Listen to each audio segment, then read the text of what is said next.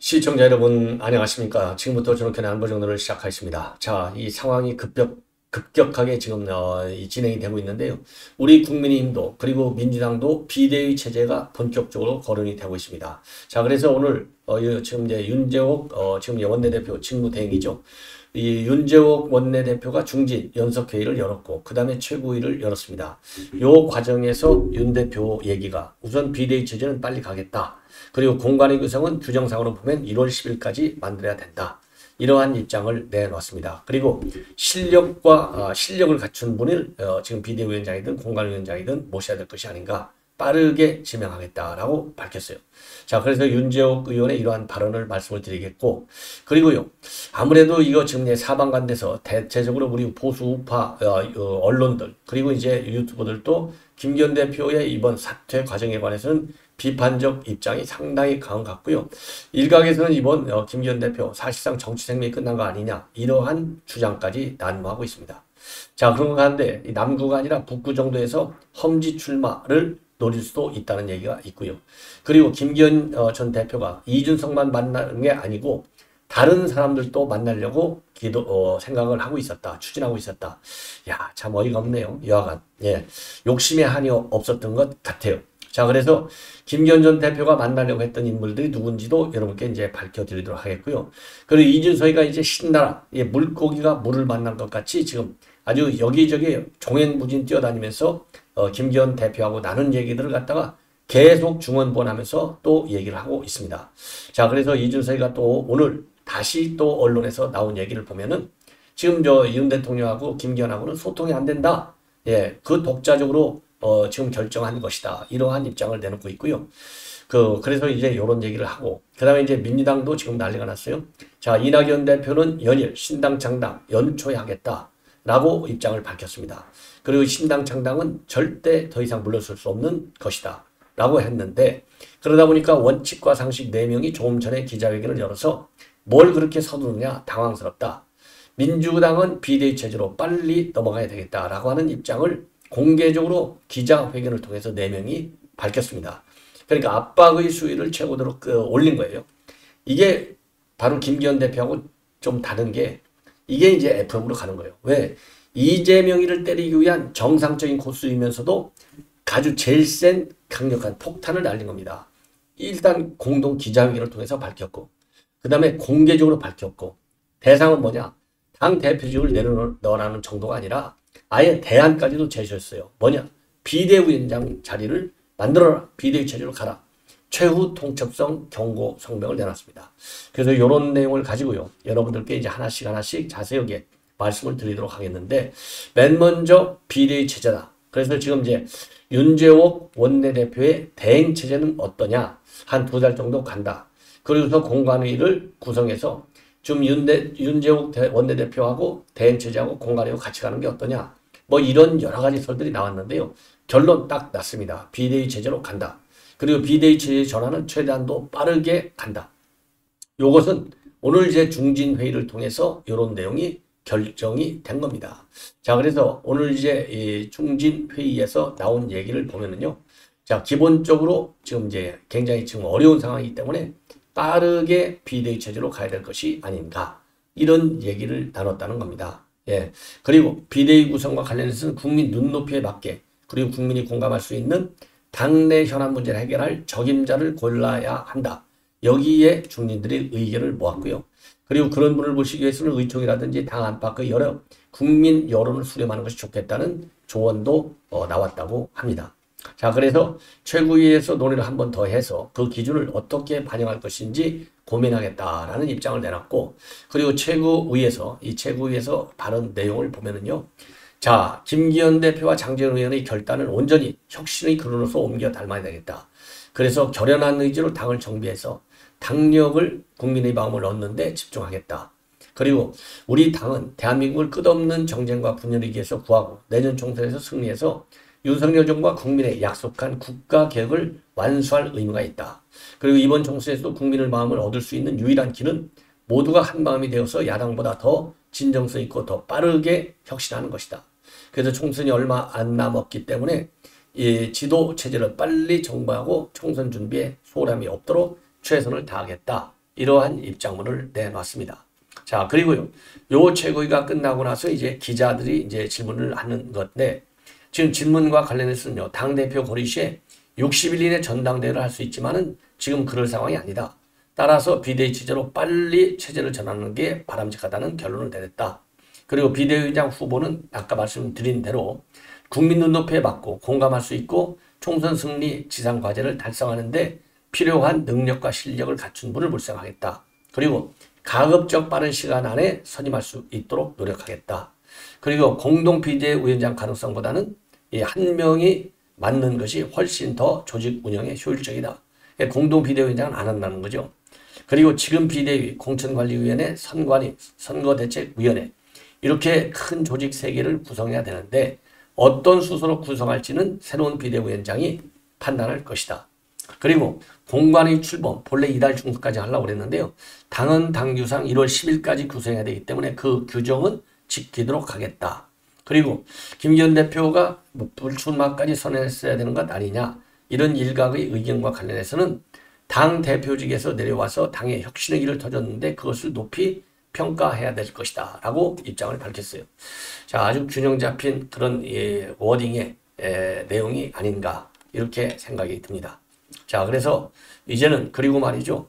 이 지명직 최고위원, 정책의장, 사무총장 같은 임명직 당직자들이 오늘 일괄 사표를 표명했는데 자, 이 위기 상황인데 이 공백을 둘 수 없어서 새 지도부가 구성될 때까지 계속 업무를 수행하도록 하겠다. 향후 사표 수위 여부 이런 결정은 새로 구성되는 지도부에 일임하겠다라는 입장을 밝혔습니다. 자, 전반적으로 지금 이제 윤재원 원내대표의 이런 발언은 상당히 제가 이미 말씀을 드린 대로 균형되고 첫째는 균형되고 그다음에 상식선에서 부합하는 그런 이 기조의 발언이 아닌가. 자, 그래서 지금 윤재욱 의원의 이러한 이 발언대로 이제는 중요 정치 일정을 진행해야 되겠고요. 모든 것은 투명하게 해야 되겠다라는 말씀을 드리지 않을 수 없습니다. 자, 이번에는 이제 이준석이가 또 통도를 하고 다니고 있어요. 아주 신나게 지금 다니고 있는데 오늘 또 말이죠. 지금 이제 김기현 대표 본인 이제 사퇴를 하거나 신상을 정할 때는 대통령과 독대를 할 수 있어야 될 것 아니냐. 그런데 대통령과 독대할 수 있는 상황이 아니었다. 그러다 보니까 윤석열 대통령은 본인도 그렇고 지금 김기현도 그렇고 연속 2명의 당 대표 쫓아낸 거나 마찬가지다. 이러한 지금 비판을 하고 있습니다. 자, 그리고 본인이 경험했을 때만 보더라도 대통령이 직접 소통 그런 건 하지 않으려는 것 같더라. 예. 자, 그래서 이렇게 된 것이 아니냐. 예. 이런 지금 말씀을 드립니다. 자, 그리고요. 지금 막 속보가 떴는데 큰일 났습니다. 제가 또 이미 여러 번 예고 방송을 해드렸는데 지금 송영길이가 말이죠. 송영길이 이게 유창훈 판사가 영장 실질심사를 담당하고 제가 그랬잖아요. 오늘 목요일인데 내일 이게 심리하겠느냐. 주말 안 하고 내주 초에 가면 이거 어떻게 될지 모른다. 이렇게 제가 예고 방송을 해드린 바 있는데 불행스럽게도 저의 예측이 지금 딱 맞아 떨어졌습니다. 야, 이거 불안합니다. 자, 그래서 여러분들 잘 아시다시피 이 송영길 얘기를 조금 먼저 해드리고 제가 준비한 내용을 여러분께 말씀을 드리겠는데요. 자, 이거 유창훈 판사에 대해서는 더 이상 말씀드리지 않아도 여러분들 잘 아시죠? 유창훈이는 우선 고등학교는요. 제가 나온 명문고등학교 대전고등학교 출신이 되겠습니다. 대전고등학교라서 명단에서 쫓겨났어요. 이번 이제 저 유창훈이가 이재명이 영장을 기각하는 바람에 쫓겨났습니다. 자, 그럼에도 불구하고 일단 대전고등학교를 나와서 그 유명한 서울대 법대를 졸업했어요. 서울대 법대를 졸업해서 이제 판사 생활을 쭉 해왔는데 이게 이재명이 딱 기각해갖고 결국 이재명 기각하는 바람에 강서선거가 패배를 한 것 아니냐. 결정차를 날려줬다. 이렇게 저는 판단합니다. 그런데 지금 이제 이 속보에 따르면은요. 지금 이 유창훈이가 이 담당 부장판사로 결정이 됐다는 겁니다. 자, 그러면 여러분들 잘 아시다시피 지금 이제 송영길이의 여러 가지 혐의 중에서 이번에 이제 검찰이 역점을 두고 지금 이제 송영길에 관해서 구속영장을 청구했다. 저도 이제 심야 방송을 통해서 말씀드렸는데 이게 한 90페이지 정도, 50페이지 정도의 50페이지 정도의 이 구속영장이 된다는 거 아니에요. 여기에서 강조한 내용이 바로 뭐냐? 우선 이 당 대표 선거에서 이제 돈을 뿌린 거, 이거는 중대한 민주주의에 대한 위협이다. 요 점을 강조했어요. 그러니까 굉장히 중대한 범죄라는 겁니다. 그러니까 그 송영길이가 뭐래요? 아니 당내 장치에 불과한데 당내 장치에 대해서 검찰에서 칼을 들고 달리는 것은 이건 잘못된 것 아니냐? 당 장치에 검찰이 왜 개입했느냐? 요런 식의 프레임을 걸고 나온 겁니다. 자, 여기에 대해서 이제 검찰의 입장이 무슨 소리냐? 당내 잔치가 아니야. 이거 돈 뿌린 선거는 아주 엄중한 민주주의에 대한 위협이야. 풀뿌리 민주주의에 대한 위협이야. 요렇게 이제 그 입장을 밝힌 거예요. 야, 그래서 이거는 중대한 사항이다라고 하는 점을 강력하게 표명한 거라고 저는 보여집니다. 예. 그래서 이 사안의 중대성.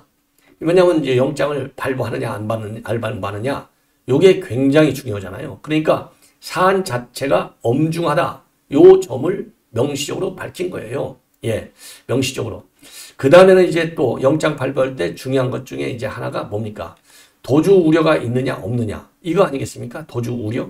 자, 그런데 송영길이 도주 우려 있다고 보기는 그건 어려워요. 왜냐하면 도주 우려가 있다고 판단을 하려면 이거 불란서에서 안 들어왔어야 되잖아요. 근데 이제 불란서에서 들어왔거든요. 그러니까 도주 우려는 안 돼요. 자, 그러면 그 다음으로 중요한 변수는 뭐냐? 증거인멸 우려가 있느냐, 없느냐. 요거 아니겠습니까? 그러다 보니까 지금 검찰 이 구속영장 이 청구서에 보면은 증거 우려를 굉장히 강조했다는 것 아니겠습니까? 증거의 우려, 증거인멸의 우려. 그래서 증거인멸 우려라고 본다면 우선요. 이미 불란서에서 들어올 때부터 자기 전화를 버리고 들어왔어요. 그 다음에 두 번째로는 서울에 와가지고 먹사연에 있는 컴퓨터 파일을 지우도록, 예, 컴퓨터 파일을 하드디스크를 교체하도록 증거인멸을 이미 했습니다. 그리고 세 번째, 송영길과 관련된 수사와 관련해서 차명편을 이용해갖고 수사 내용을 파악하는 이런 정황을 검찰에서 포착을 했어요. 요게 바로 중요한 증거인멸 우려가 된다는 것이죠. 제가 봐도 그런 거 아니겠습니까? 자, 그래서 사안 자체가 증거하다는 거 하나, 그 다음에 증거인멸 우려가 있다는 거 하나, 그 다음에는 이제 정당법하고 정치자금법 위반, 그 다음에 뇌물죄, 이 세 가지로 되어 있지 않습니까? 자, 그런데 이 뇌물죄하고 정치자금법 위반 액수가 그동안에는 이제 3억 정도, 이 정도로 생각이 됐는데, 그게 아니고 지금 보도에 따르면은 7억이 넘는, 보도에 따라서 9억까지 지금 얘기가 나오고 있는 겁니다. 그래서 사안의 중대성이 민주주의에 대한 훼손이라는 측면에서도 사안이 중요할 뿐만 아니라 범행의 성격이 굉장히 강하다. 예, 범죄가 굉장히 광범위하게 이루어진 거다. 이렇게 볼 수밖에 없는 것 아니겠습니까? 자, 그래서 이번 그 사건은요, 굉장히 중요한 사건이라고 아니할 수가 없는 겁니다. 예. 자, 그래서 지금 이제 여러분들 잘 아시다시피 지금 검찰에서 이렇게 구속영장의 증거인멸 우려를 굉장히 강조한 것으로 그렇게 알려지고 있어요. 예. 자, 그래서 이제 이게 과연 그러면 유창훈이한테 떨어질 것이냐 안 떨어질 것이냐가 굉장히 중요한 관건이다라고 제가 보도해드렸는데 지금 딱 유창훈이한테 결론이 넘어간 거예요. 야, 이게 굉장히 우려됩니다. 그래서 이번 돈봉투 사건은요, 본래는 돈봉투 사건 하나, 정당법과 정치자금법 하다가 그 다음에 정치자금법 위반이 걸렸고 지금은 이제 뇌물죄. 왜냐 4천만 원을 들어갔고 이 소합장 증설하는 문제와 관련해서 이거 인허가 문제에 개입했다는 거 아니에요. 그래서 요거는 4천만 원은 또 뇌물죄에 해당되는 겁니다. 자, 그래서 요 개요를 자료화면과 통해서 말씀을 드리면 박모 사업가로부터 10억 원대의 금품을 받아서 전달했다. 이게 이제 이정근이가 왜냐면 이정근 이게 핸드폰에서부터 녹음 파일이 나오는 바람에 이게 걸려들었잖아요. 여기에서부터 이제 시작이 된 거예요. 검찰 수사가. 검찰 수사가 이 녹음 파일을 확보하면서. 그래서 이 송영길, 이게 그래갖고 이정근 녹음 파일에서 걸려드는 사람이 한 사람은 노웅래, 한 사람은 송영길이가 되고, 송영길 사건과 관련해서는 의원들 20명. 그래서 일단 송영길을 구속치고 나서 이 돈봉투 받은 사람들을 추가적으로 전부 20명 소환하겠다는 거 아니에요? 그래서 지금 보면 윤관석이는 구속돼 있고 이성만은 불구속으로 수사를 받고 있고 박용수는 구속돼서 재판을 받다가 바로 엊그제 보석으로 풀려났고 강래구는 구속된 상태에서 재판을 받고 있고 이정근은 이미 징역 4년 2개월을 선고받고 복역 중에 있고요. 송영길이가 이제 구속영장이 청구되어 있는 상황이 되겠습니다. 자, 그래서 이 송영길이와 관련해서는요, 아까 말씀드린 대로 이 증거인멸을 지금 검찰에서 굉장히 강조하고 있다. 예. 그래서 제가 조금 전에 말씀을 드린 대로 20명에게 봉투, 이 20명한테 20개 6천만 원을 돌렸다는 게 이제 돈 봉투 사건의 본질이고요. 그리고 2021년도 3월 30일부터 4월 11일에는 캠프 지역 본부장들에게 돈 봉투 650만 원이 제공됐다는 점입니다. 예. 그래서 윤관석, 이성만, 이정근 이 사람들이 관여했는데 정점에 송영길이가 있다는 것이죠. 그리고 멱사연과 관련해서는 불법 정치자금 7억 6,300만 원을 받은 혐의. 이 중에 4천만 원은요. 2021년도 7월에서 8월 사이에 박용화 여수 상공회의소 회장으로부터 소각처리 시설과 함께 시설 청탁을 받으면서 뇌물로 3천만 원을 받았다. 이렇게 되어 있습니다. 그리고 조금 전에 말씀드린 대로 휴대전화를 차명 휴대전화를 사용한 점, 이 증거인멸, 그리고 먹사용 컴퓨터의 하드디스크 파일을 교체한 점, 이런 점들이 굉장히 중대한 증거인멸 행위가 된다는 것이죠. 자, 그래서 지금 이제 여러분께 말씀을 드린 대로 이 돈봉투 사건과 이정은 파일 때문에 이게 벌어졌는데 지금 보면 이게 증거인멸 우려를 굉장히 강조했는데 과연 지금 이제 일각에서 거론되다시피요.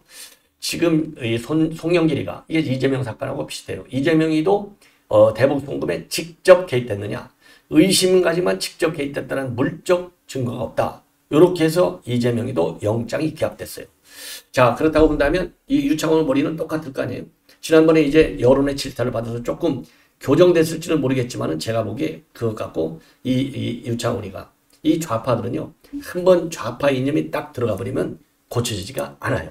자, 그래서 제가 보기에는 고쳐지지 않고 이재명 기각 영장 논리를 그대로 적용할 경우에는 똑같이, 왜냐면요, 박용수라든가 그 다음에 이 강래구, 그 다음에 윤석만 자기가 돈을 전달하고 뿌린 거 이거 맞아.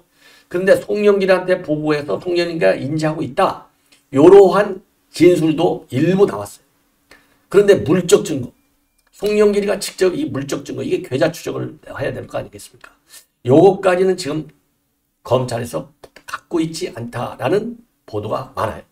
그렇기 때문에 기각될 가능성도 이제는 배제할 수 없는 게 아니냐.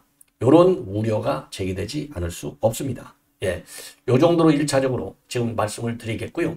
또 추가적인 내용은 보도를 드리겠는데, 예, 그러면 아까 말씀드린 대로 이 이준석과 관련해서 추가적인 말씀을 드리면 아까 얘기한 대로 대통령을 만나서 이렇게 이걸 상해야 되는데 대통령이 이런 거 만나는 거 쉽지 않다. 만나는 사람이 아니다. 자기도 안 만났다. 그러니까 대통령이 문제가 있다. 이렇게 부각시키고 있고요. 그리고 연거푸 당대표 2명을 몰아내는 거, 요것도 정상적이지 아니다. 그리고 김기현이는 상당히 억울해하고 있다. 예, 이러한 입장을 내놓고 있습니다. 그리고 인용한 김한길이가 이제 대안으로 포스트 김한길 거론되는 것에 관해서는 헛웃음이 나온다. 그러면서 예전에 이런 상황이 생기면은 비대위원장 항화평에 오르는 분들은 보통 당 대표를 지내신 분들이거나 아니면 국회의장을 지내신 분이거나 아니면 대선주자 이런 분 아니었느냐. 그리고 본인의 탈당 시기와 관련해서는 어제 오늘의 이 김기현 사태가 영향을 주지는 않을 거다. 27일을 한정으로 해서 마지막 고민을 이어가고 있다. 그러니까 아이고 나 좀 잡아주세요. 나 좀 잡아주세요. 지금 하소연하는 거나 마찬가지예요. 읍소하는 거나 저는 마찬가지다. 이런 얘기를 드리고 싶고, 자, 김기현이가 말이죠. 지금 이제 이준석만 만난 게 아니라 누구를 만나려고 했었느냐? 야, 이게 김웅을 만나려고 했다고 합니다. 김웅. 이게 이준석 계열이잖아요. 김웅. 그 다음에 또 누구를 만나려고 했었느냐? 이현종과 서정욱. 이런 사람들을 만나려고 했다는 거예요. 왜 그러느냐? 이현종과 서정욱이가 본인의 유튜브 방송에 또는 다른 유튜브 방송에서 김기현을 어마어마하게 디스했다는 거죠. 비판했다는 거죠. 그러니까 달래려고 만나려고 한 거 아니겠습니까? 이걸 보면 끝까지 당 대표직은 사수하려고 했던 것이 아닌가. 그런 보도들도 있었잖아요. 바로 이런 것 때문에 당 대표직을 이현종과 서정욱이를 달래려고 한 것이 아닌가. 그래서 이런 내용들은요. 지금 이제 여러 우리 정치평론 우리 언론 매체에서 하는 분들의 입을 통해서 나온 얘기입니다.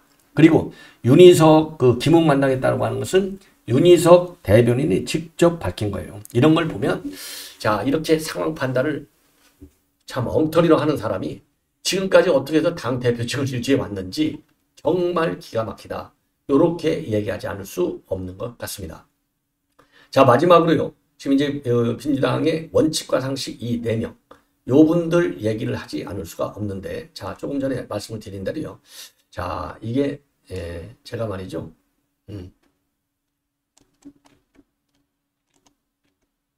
지금 이제 아까 말씀드린 대로 이 김기현 대표, 김웅까지도 만나려고 했었고, 이준석이 지금 김기현 대표가 대통령과 독대할 상황도 아니다.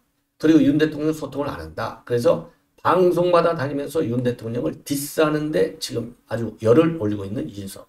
그러니까 쉽게 얘기해서 싸가지가 없다. 이렇게 결론을 내릴 수밖에 없는 거예요. 또 한 번. 그리고 원칙과 상식. 이재명이는 이제 한 발 물러나라. 그래서 빨리 통합 비대위를 만들어라. 이러한 주장을 하고 나섰습니다. 그래서 집단으로 오늘 기자회견을 밝혔어요. 당대표가 선당 후사하는 통합 비대위로 가야 된다. 그래서 총선 승리하고 윤석열 정부에 대한 압도적 심판을 위해서 한 발 뒤로 물러나라. 그리고 선거를 앞두고 앞으로 달라지겠다. 바꾸겠다. 이런 몸부림이었으면 이거는 국민에 대한 도리가 아니고, 당 대표부터 지도부 그리고 586 중진들이 기득권을 내려놓는 선당 후사를 결단해야 되겠다.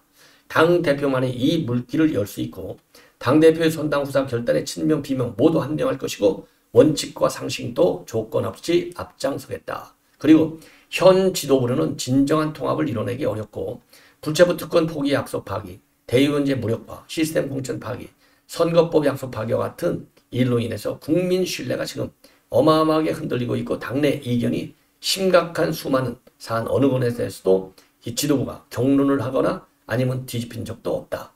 그러면서 친명 인사들이 수박깨기 하겠다고 경남과 강원 험지를 버리고 수도권 출마를 선언하거나 공개적으로 수박깨기 행사를 해도 지도부는 마지못해 실효성 없는 경고 조치에 그치고 있다.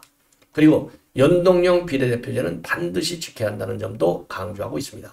자, 그래서 조홍천 의원은요, 이재명이하고 최고위원들이 물러나고 민주당을 아우르는 통합비대위로 가자는 것이다.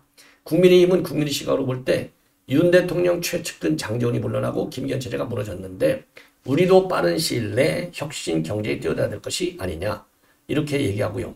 윤영찬 의원도 직접적으로 이낙연 신당 이것이 이제 비대위 주장의 배경이 되느냐, 이런 것과 관련해서 직접 연결되지는 않지만 당 상황에서 매우 우려스러운 일들이 벌어지는 건 아닌가.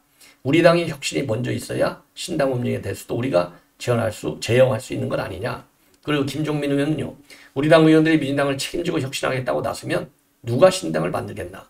신당을 막는 유일하고 강력한 방법인데 이걸 왜 안 하는지 답답하다. 그러면서 지도부 결단은 12월까지야 딱 시한부 통첩을 하고 있습니다. 그리고요, 윤 의원으로부터 그러니까 지금 이제 윤영찬 같은 경우는 이재명으로부터 만나자는 연락 전혀 안 왔다. 회동 제안이 온다면 피할 이유가 없다라고 밝히고 있어요. 당연하죠, 비명계 입장에서. 자, 그래서 지금 이제 민주당 내 분위기도 살벌해지고 있다는 말씀을 드리지 않을 수 없습니다. 제가 보기에는 이재명이가 비대위 체제 절대 안 가죠. 그래서 이걸 보면 지금 이 원칙과 상식 요 비명 4명도요. 탈당을 위한 또는 신당 창당을 위한 명분 축적에 본격적으로 나선 거 아니냐. 그러면 결국 가다 보면 이낙연 세력과의 통합, 새로운 신당의 창당, 모멘텀의 조성, 공동 조성, 요거는 불가피한 길이 아니냐. 그런데 현 시점에서는요, 이낙연 대표가 저렇게 서두른 것이 당황스럽고 왜 저렇게 서두르는지 도저히 알 수 없다라고 하는 비판적 시각은 여전히 가지고 있습니다. 왜냐? 이게 주도권을 뺏기면요, 자기네 정치적 지분이 약해지잖아요. 대항 세력이 약해지잖아요. 이거 내년 총선에서 당선 여부에도 영향을 주잖아요. 그러니까 고유한 목소리, 나는 민주당을 끝까지 지키려고 한 사람이야. 이낙연은 빨리 튀어나왔잖아. 그러니까 이제 김민석까지 사꾸라야, 이런 소리가 나오게 만드는 거예요. 자, 그래서 당의 정통성을 위반하는 세력은 이낙연이 아니라 원칙과 상식이다. 그래서 큰 틀에서는 반명이지만 디테일에 악마는 디테일에 있다 있잖아요. 디테일에 악마가 있다 있잖아요. 디테일에 악마가 있어요. 악마 부분에서는 민주당의 주도, 전통적 가치는 원칙과 상식에 있는 것이지 이낙연 쪽에 있는 것이 아니다. 왜? 그래야 민주당 지지층으로부터 압도적 여론을 받을 거 아니겠습니까? 그래야만이 이낙연의 정치적 주가가 떨어지고 원칙과 상식의 4명의 정치적 주가가 커지는 거 아니에요? 다 당리장략, 사익을 앞세는 세력들이다. 이렇게 보여집니다. 시청자 여러분, 이것으로 본 방송은 마치겠습니다. 대단히 고맙습니다.